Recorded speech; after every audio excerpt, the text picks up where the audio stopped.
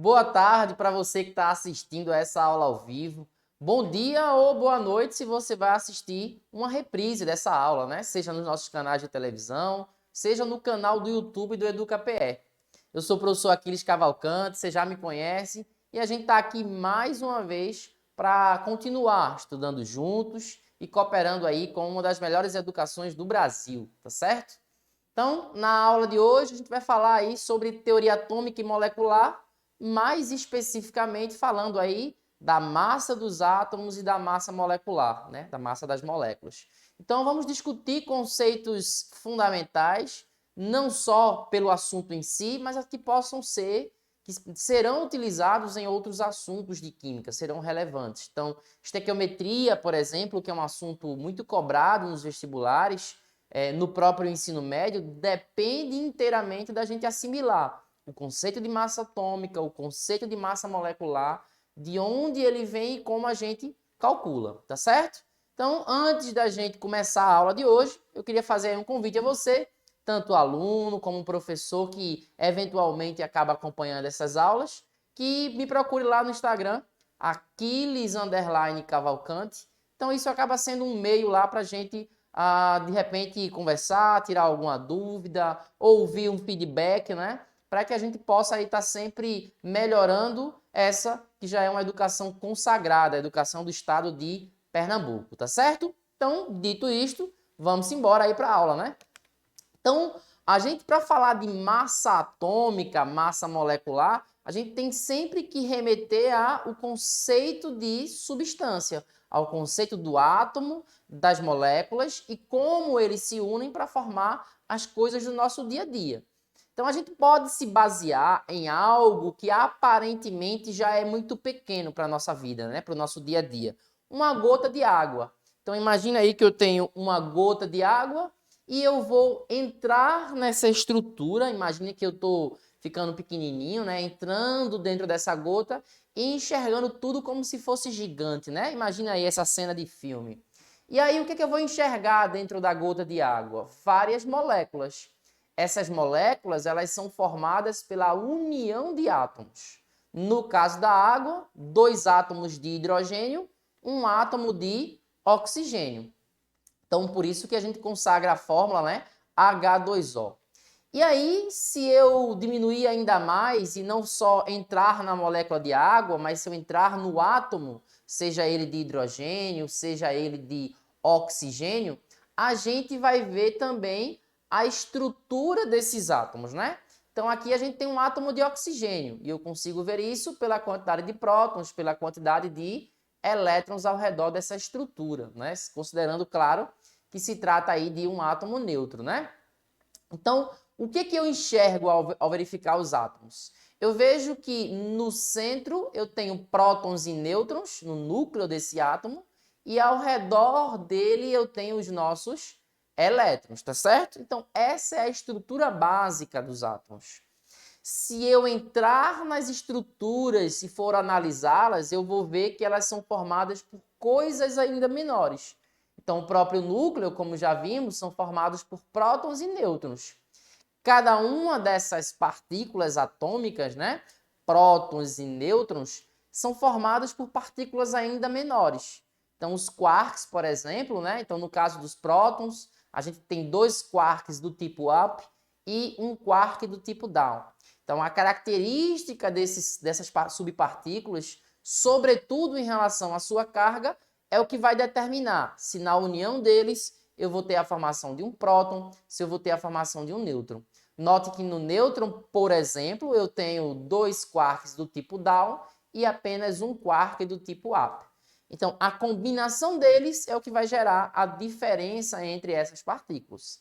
Mas, se você observar direitinho, as partículas em questão aí são sempre quarks, de forma que a massa dos prótons e dos nêutrons, justamente por isso, vai ser praticamente igual. No nosso dia a dia, nas contas de vestibulares, a gente considera como sendo exatamente iguais, embora não seja, tem uma pequena diferença. Juntando ainda, unindo, né, funcionando quase como se fosse uma cola, né, que une esses quarks, a gente tem os gluons, que também são outras partículas ou subpartículas atômicas, tá certo?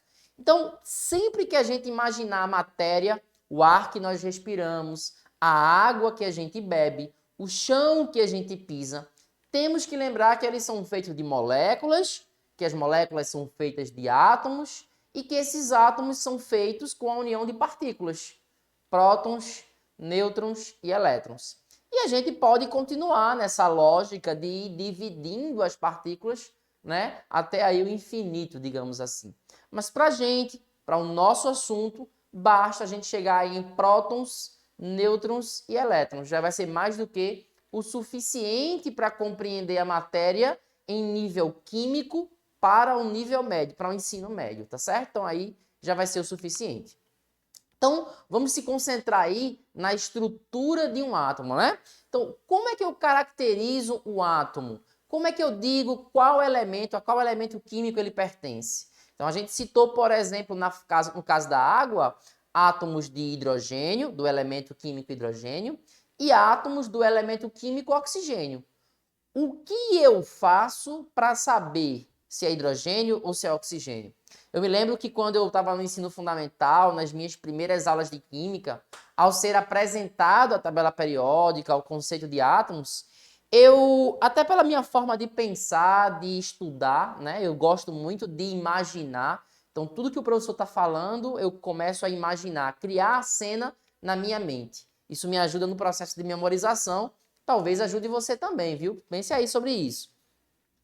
Durante a explicação do professor, falando sobre os elementos químicos e como ele representava os elementos sempre por letras, eu até imaginava o seguinte: olha, eu acho que se eu pegar um átomo no microscópio e ampliar bem a imagem, eu vou ver lá a letrinha que dá nome àquele elemento químico.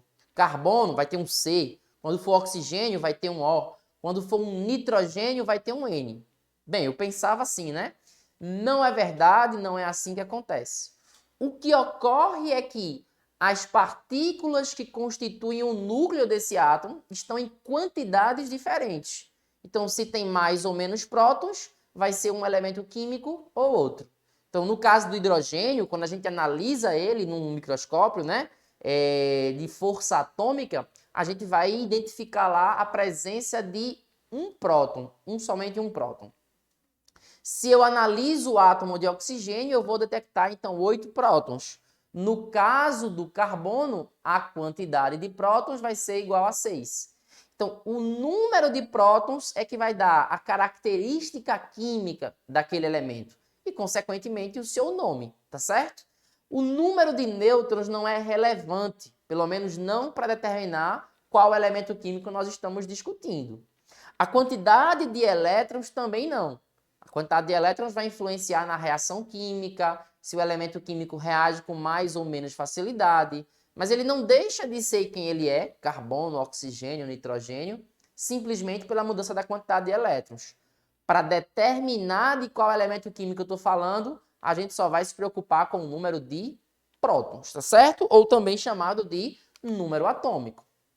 Então aí, por exemplo, a gente tem dois elementos químicos, o elemento hélio e o elemento carbono. Então, como eu os diferencio?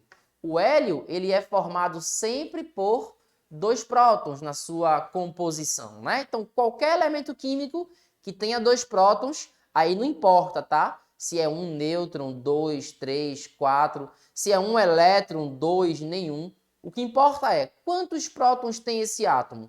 Se ele tem dois prótons, pertence ao elemento químico hélio. Semelhantemente, o carbono vai ser o elemento químico quando eu encontrar 6 prótons. Então, sempre que eu analiso um átomo, se tiver 6 prótons no seu núcleo, eu vou chamar esse elemento químico de carbono, tá certo? Então, para a quantidade aí de 6 prótons, carbono. E assim sucessivamente. Então, durante um certo tempo, inclusive, os elementos eles eram classificados de forma errada, né? Na época não se sabia exatamente isso. Se classificava pela massa do elemento. Então, dizia, olha, o elemento de massa tal é tal elemento, o elemento de massa X é tal elemento. E aí depois se viu que elementos diferentes poderiam ter a mesma massa. Então, o critério de massa acabou ficando obsoleto. E hoje a gente entende que por prótons ou pelo número de prótons é que eu consigo classificar de forma correta, tá certo? Então, dito isto, a gente está aqui diante de um exemplo clássico, né? 3 átomos de oxigênio que apresentam massas diferentes. Um tem massa 16, o outro tem massa 17, enquanto que o outro tem massa 18, tá certo? Então, é o mesmo elemento químico, reage com hidrogênio para formar água em ambos os casos, tá certo? E mesmo assim apresentam massas diferentes, tá? A gente tinha acabado de falar que elementos químicos com massas iguais poderiam ser diferentes. Agora a gente está vendo elementos químicos iguais com massas diferentes. Porque o critério correto não é massa. O critério correto é o número de prótons. Se nós observarmos, em todos os exemplos aqui que nós colocamos, o número de prótons do oxigênio é sempre igual a 8. O que é que está se modificando nesse caso específico, né? Está se modificando o número de nêutrons. No primeiro exemplo são 8 nêutrons, no segundo são 9 e no terceiro exemplo são 10. Se a gente observar ainda, a quantidade de elétrons é mantida exatamente a mesma. A quantidade de elétrons aí nesse caso não faz diferença. Então veja, mesmo número de prótons, mesmo elemento químico. Agora, se a quantidade de nêutrons for diferente, a massa muda. E aí a gente identifica dizendo o nome do elemento e a massa dele. Oxigênio 16, oxigênio 17, oxigênio 18. Lembra dessa expressão? Carbono 14. Se você lembra, joia. Se não lembra, vai ouvir muito falar ao longo do ensino médio sobre carbono 14. Mais especificamente, datação em carbono 14. O que é isso? É um recurso utilizado pela arqueologia, um recurso químico, né? Para determinar a idade de um fóssil. Então, eu tenho um ser vivo que morreu e aí se transformou num fóssil, né? Passou por um processo de fossilização.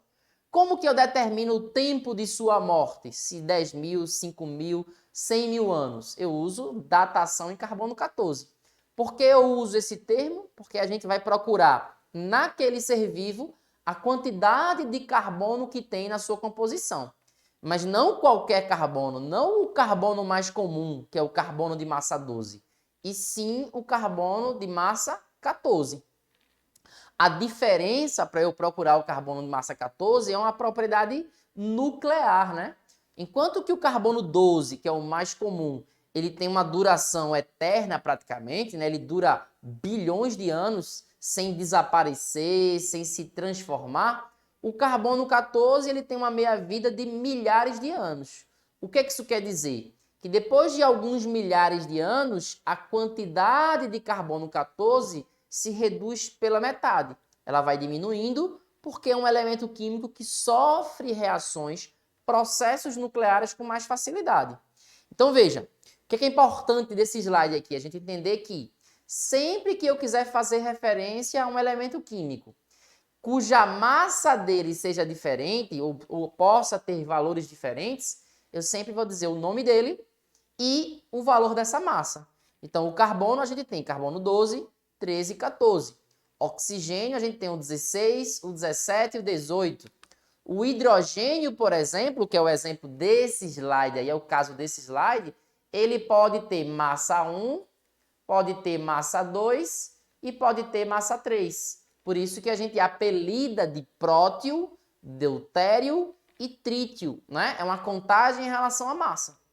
E o que muda de um para o outro? Bem, se são todos hidrogênios, e eu sei que são todos hidrogênios porque o elemento químico, o símbolo que nós estamos usando para representá-lo é sempre H.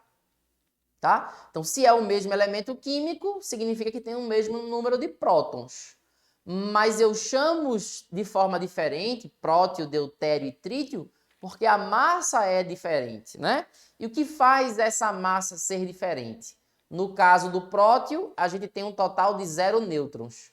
No caso do deutério, a gente tem um total de 1 nêutron. E no caso do trítio, a gente tem um total de 2. Talvez aí você possa ficar confuso, né? Mas por que prótio 0 nêutrons, deutério 1, trítio 2, né? Esse trítio aí, tri de 3, né? dá sempre a sensação da gente pensar em 3. E estamos pensando em 3, só que a gente está pensando em 3 com uma referência à massa, né? E aí a gente vai ver logo em seguida que a massa de um elemento químico sempre é pegar o número de prótons e somar com o número de nêutrons. Se a gente já sabe que o hidrogênio tem um próton e a massa tem que ser 3 para ele ser o trítio, então é necessário um total de 2 nêutrons, né? Então, 1 com mais 2, total 3. No caso do prótio, a massa é 1 porque eu tenho um próton e 0 nêutrons. Então, 1 mais 0 dá 1. E assim sucessivamente. Esses dois exemplos que nós acabamos de ver, o oxigênio e o hidrogênio, são exemplos de isótopos, ou seja, átomos que pertencem ao mesmo elemento químico, mas que apresentam massas diferentes. Se pertencem ao mesmo elemento químico, quer dizer que eles têm o mesmo número de prótons. Se apresentam massa diferentes, apesar disso, né, de ter o mesmo número de prótons, a explicação está no número de nêutrons. Então, nêutrons em quantidades diferentes vai resultar em massas distintas. Um outro fenômeno que é bom a gente lembrar aí é a isobaria, né? O que é isso? Átomos isóbaros. São átomos que apresentam a mesma massa. E não necessariamente, né, via de regra inclusive, não pertencem ao mesmo elemento químico. Então, por exemplo, aqui à esquerda eu tenho o cálcio, à nossa direita eu tenho o argônio. Em ambos os casos, a massa atômica, né, que é esse número que está sempre na parte superior aqui, é 40. Então, ambos têm a massa 40. Então, eles são isóbaros, sacou? Enquanto que o número de prótons vai ser 20 e para o argônio vai ser 18. Então, número de prótons diferentes quer dizer que nós temos elementos químicos diferentes, tá certo? Veja, prótons e nêutrons são partículas que existem no núcleo dos átomos. E é por isso que em física ou química nuclear, a gente costuma chamá-los por um único nome, né? Sempre que eu quiser fazer uma referência a prótons ou nêutrons, eu posso chamar de núcleon, tá certo? Então, núcleon, partícula do núcleo. Quais partículas são elas? Prótons ou nêutrons? São iguais entre si? Não, apenas a massa. Eles apresentam diferença em seu comportamento, principalmente no que se refere às cargas, né? Prótons têm cargas positivas e nêutron não tem carga, são partículas neutras. Mas ambos eu posso chamar de nucleons. Então, observe. No caso do cálcio, 20 prótons, 20 nêutrons. Se eu somar ambos, dá um total de 40. A massa do cálcio é 40, 40 nucleons. No caso do argônio, eu tenho apenas 18 prótons. Então, veja, o número de prótons aí ele é diferente. Se os números de prótons são diferentes, estamos falando aí de substâncias químicas, ou melhor dizendo, de elementos químicos diferentes, cálcio e argônio.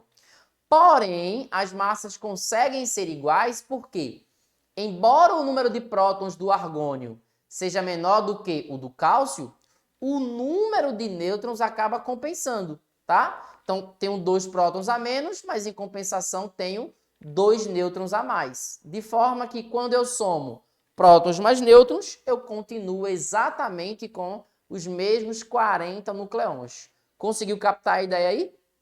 Então, ó, mesmo número de prótons, aliás, mesmo número de prótons, isótopos. Se apresentam o mesmo número de massa, isóbaros, tá certo?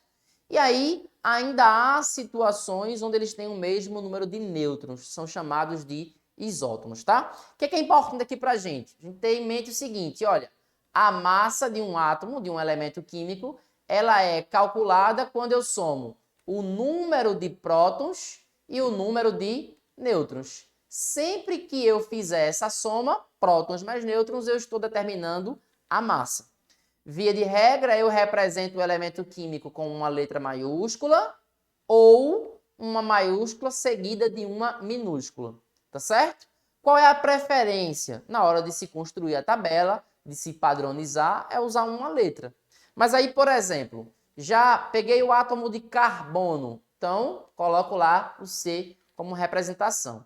Aí eu descubro um elemento químico chamado cobalto, que também começa com C. Como é que eu diferencio o C de carbono para C de cobalto? A gente diferencia justamente acrescentando uma pequena letra, ou melhor, uma letra minúscula, tá? A gente tem que ter cuidado para não cometer essa confusão. Porque quando eu escrevo carbono, C e O maiúsculos, eu faço uma referência a dois elementos químicos, o carbono e o oxigênio. Então, tem que ter cuidado com isso daí. Então, a representação de um elemento químico é sempre feito com uma letra maiúscula ou uma maiúscula seguida de uma minúscula, de acordo com o elemento químico em questão. Aqui na parte superior, a gente coloca um número que sempre se refere à massa. E a massa do átomo, o que é? Soma dos prótons mais nêutrons. Já na parte inferior, né, subscrito, a gente escreve um número que representa um número atômico, ou seja, uma clara referência ao número de prótons, tá certo? E é o que de fato identifica o elemento. Então, como é que eu sei se trata-se ali de um carbono, de um hélio, de um criptônio, de um alumínio? Eu vejo a quantidade de prótons, eu vejo esse número atômico, esse número que está subscrito aqui em relação à sigla. Tranquilo? Então, dito isto, a gente está aí com as massas atômicas para avaliar.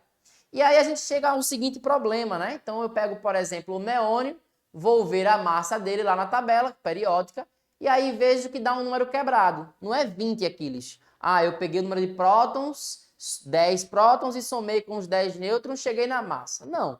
Lá eu vejo um 20,17 alguma coisa, né? E aí, onde é que está essa sacada, essa diferença? De onde é que vem isso? É porque na natureza existem neônios com diversas quantidades de nêutrons. Existe neônio com 10 nêutrons, forma massa 20. Existe neônio com 11 nêutrons, forma massa 21. E existe o neônio com 22, ou melhor, com 12 nêutrons, que forma massa 22. Então, na verdade, quando eu precisar representar na tabela periódica, eu não posso representar um ou outro. O que a gente faz, como químicos, é representar uma média. Daí se faz uma média ponderada.